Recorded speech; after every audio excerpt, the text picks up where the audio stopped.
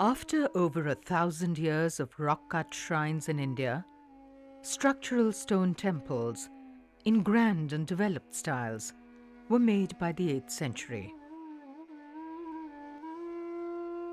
The southern form was seen in Tamil Nadu under the Pallavas. Under the early western Chalukyas, both southern and northern forms were seen at Pattadakkal and Alampur. In the meantime, further northeast, the land of present-day Odisha witnessed prolific temple building by the 7th and 8th centuries. The region around Bhubaneswar had been a great centre of religious activity since early times. There are edicts of Emperor Ashoka of the 3rd and Jaina caves of the 2nd century BC.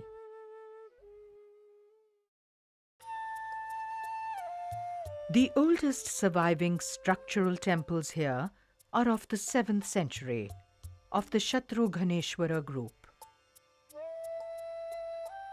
The temples are dedicated to Shiva and are of the Pashupata sect, who followed the teachings of Lakulisha. The temple is where the unmanifest eternal is given a form. The devotee has here a representation to meditate upon, so as to awaken qualities within himself. Qualities which will take him on the path of realization. The outer surface of the temple presents the many aspects of the deity within. It also presents images of the world of creation around us, and of the joyous realization of the divinity which is in all that there is. One of the fascinating parts of studying temple sculpture is to understand it within its architectural context, where it not only has the meaning of the piece itself, but it has the larger meaning of the entire complex statement that the temple is making about the universe. The doorway of the temple is given special attention. Here we leave the world of outward forms to enter the sacred interior. Doorways here continue the richly foliated designs seen from the 5th century during the Gupta period. Themes and an Odissan style are established, which continue in Hindu and Buddhist monuments in the centuries to come. Shiva is seen in his many forms. A well-preserved temple of the 7th or 8th century is the Parshurameshwara, also of the Pashupata sect. All Indian temples are made according to norms and proportions, which are carefully laid down. Here in Odisha, we are fortunate that texts have survived which give distinctive names, descriptions, proportions, and measurements of the different sections of the temples. Odisha is also a rare place where the traditions and canons have been passed on from father to son among a few surviving families of sthapatis or builders and artists. The temple is made in 2 parts. The tower is called Dyul in Odisha, and the hall is called a Jagmohan. The Parshurameshwara temple faces west, and its Dyul is about 40 feet high. The walls of both the Dyul and the Jagmohan are lavishly sculpted, with architectural motifs and a profusion of figures. The most repeated form is the horseshoe shape, coming since the earliest times from the large windows of the Chaityagrihas. These frame figures of animals, humans, and divinities. The temple represents the expanding form of the deity. From the dark interior of the sanctum, Shiva is now seen in many manifestations. To understand the temple, we must always remember that all these deities are an embodiment of the eternal, which is formless and which is within each of us. These are a means to fix our thoughts and to help us on the path towards the truth.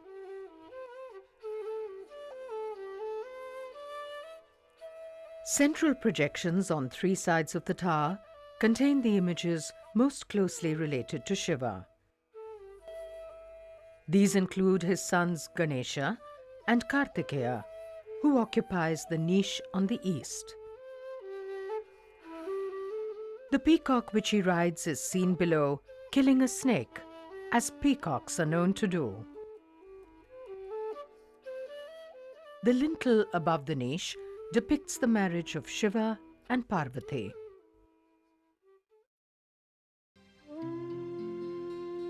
The Muktesvara Temple in Bhubaneswar of the 10th century marks many developments over the structures of the past.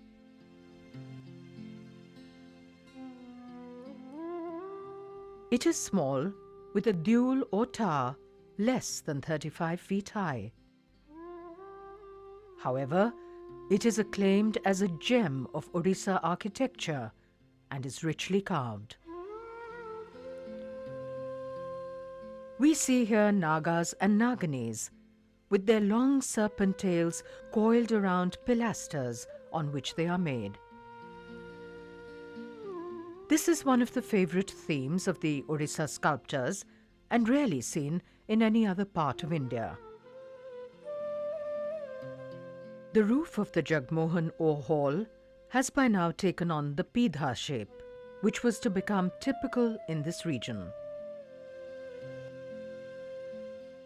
Myths of Lord Shiva and the tales of the victory of knowledge over the evil of ignorance abound on the temple walls. There is also the all-pervasive sense of joy which fills the depictions. The sculptures include a fine figure of Nataraja, Shiva in his cosmic dance. Warriors, both men and women, mounted on a lion or griffin are made, often trampling an elephant.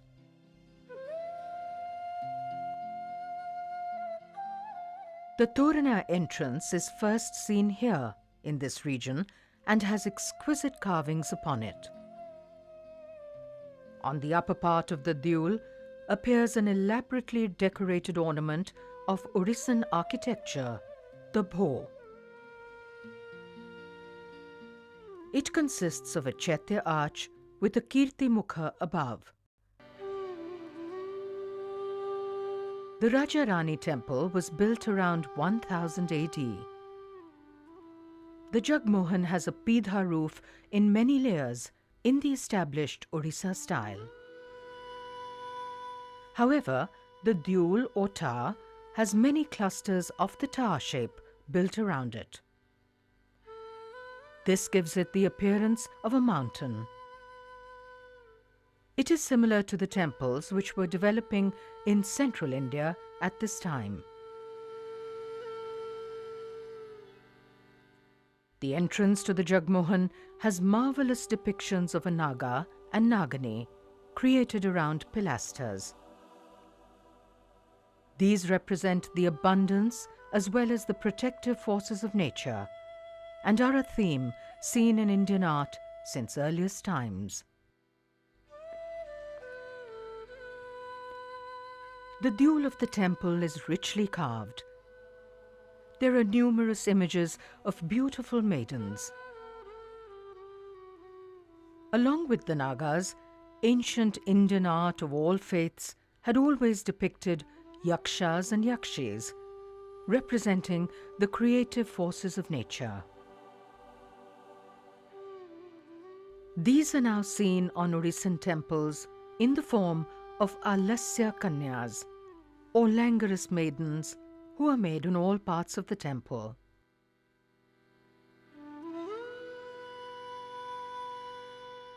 The text of the Shilpa Prakasha on temple building states that these are indispensable in the making of a temple. It describes 16 types of such beautiful young girls to be made. Popular themes include a maiden pulling down the branch of a tree, which is similar to the Shala Bhanjika of ancient times. Others include her removing an anklet or holding a pet bird. These figures embody the creative impulses of the natural world, which ensure the continuance of life.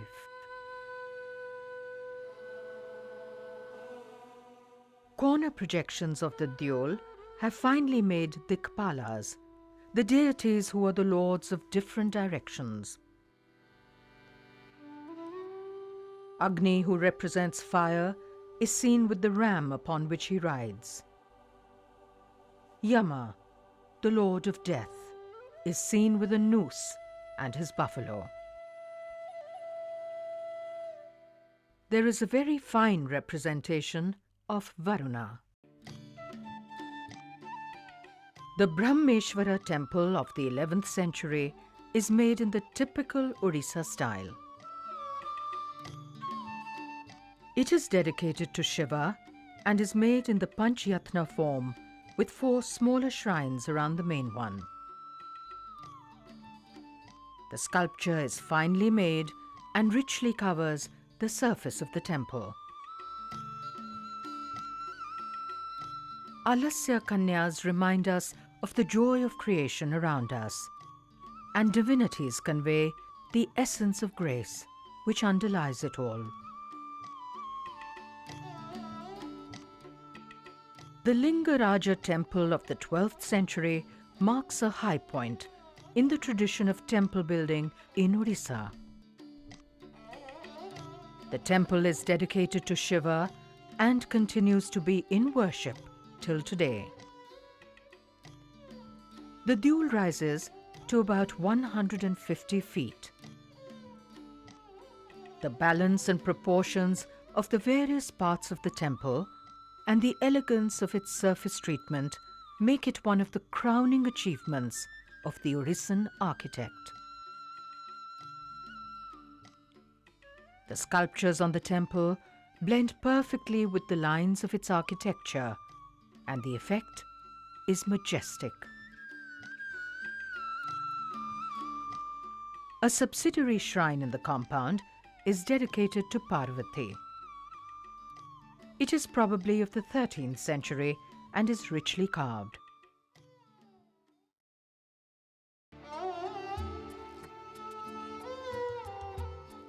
At Kiching, in what is today a very remote northeast part of Orissa, stands the reconstructed Kichkeshwari Temple.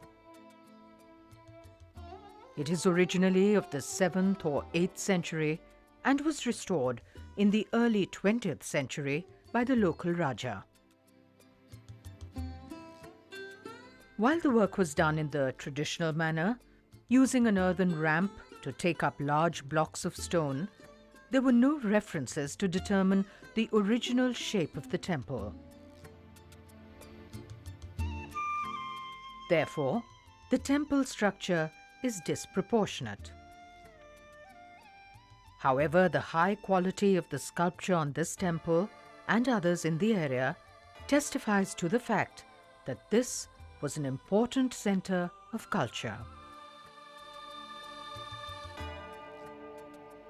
Two images of Mahishasur-Mardani on the north of the temple are of a very fine quality. Durga is seen killing the buffalo demon, which signifies the victory of knowledge over ignorance. The power in the images and the fine features display an excellent quality of art.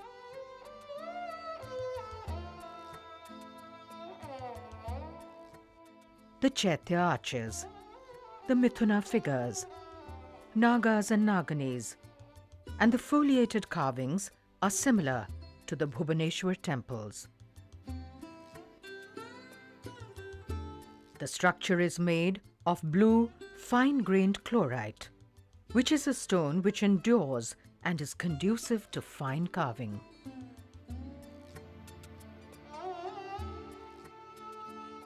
With the emergence of structural temples in the plains of the Ganga from the 5th century onwards, we see similar themes and motifs in North, Central, and Eastern India. Yet, these are transformed by hands which bring the full richness of the local idiom. Here in the 10th and 11th centuries in Odisha, we see subjects of the art which are very similar to those of this period in central India at Khajuraho. However, the sculpture is unmistakably of Odisha. It is this colour of the local culture in every region of India which makes the tapestry of Indian art infinitely rich and varied.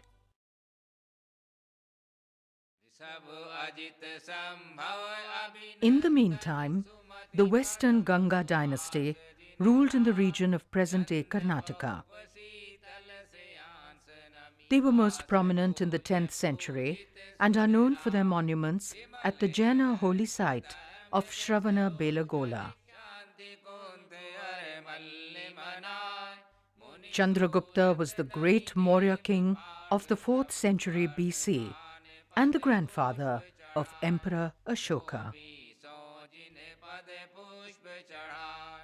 In his later years, he is believed to have renounced his worldly life and become a Jaina ascetic.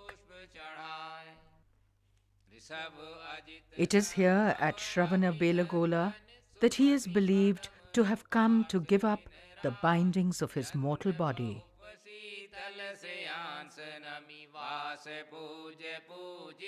In 982, Chamunda Raya, minister of King Rajamalla IV, made an impressive temple which is commonly known as Chamunda Raya Basti.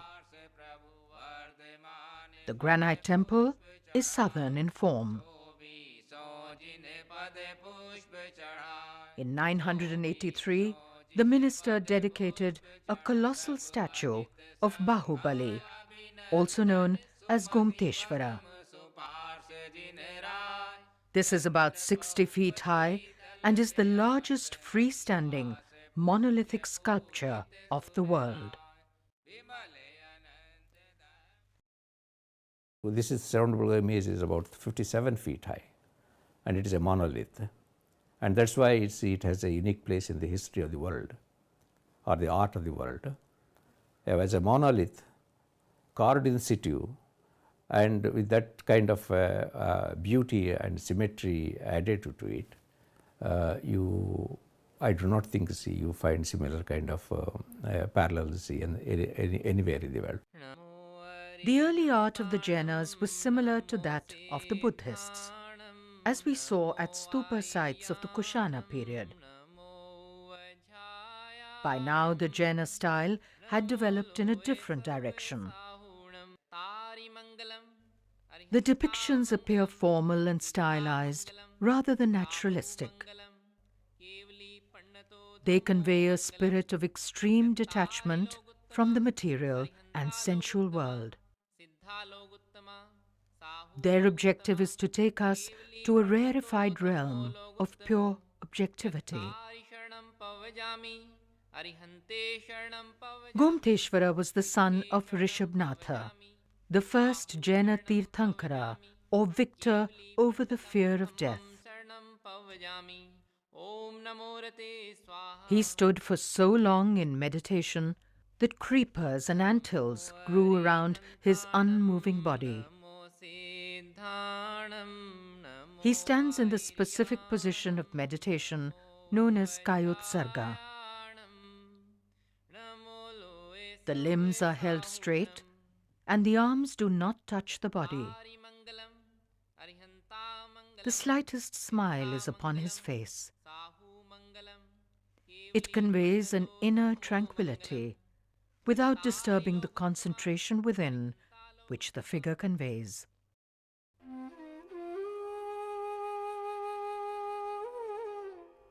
The Jainas believe, as do Buddhists and Hindus, in samsara. This is the illusory nature of the world of separated material forms around us.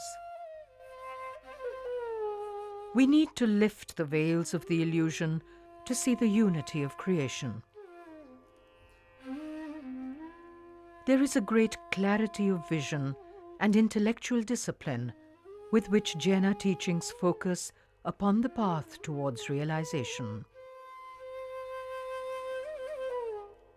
Renunciation of attachments to the material world is a prime consideration in the path towards salvation.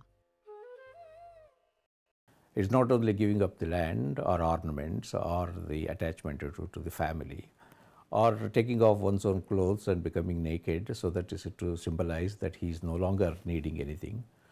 But the attachment within the mind, within the soul, within what you call thought, that was very, very important. So Bahubali, in order to attain this, he mortifies his body. Mortification is one aspect of the Jain tradition. Mere mortification has no meaning for them. The mortification is to be followed by what you could call is the enlightenment. In the Indian tradition, deities of all faiths are adored. They are treated with reverence and fondness. They are given ritual baths and offered fresh flowers and fruit.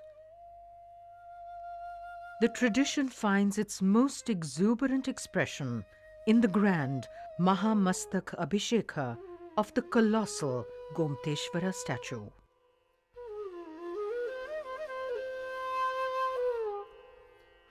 From extreme asceticism to the grand celebration of divinity, the aim is always to lose mundane attachments and desires, to lose oneself in a quest for the realization of the divinity which pervades all of creation.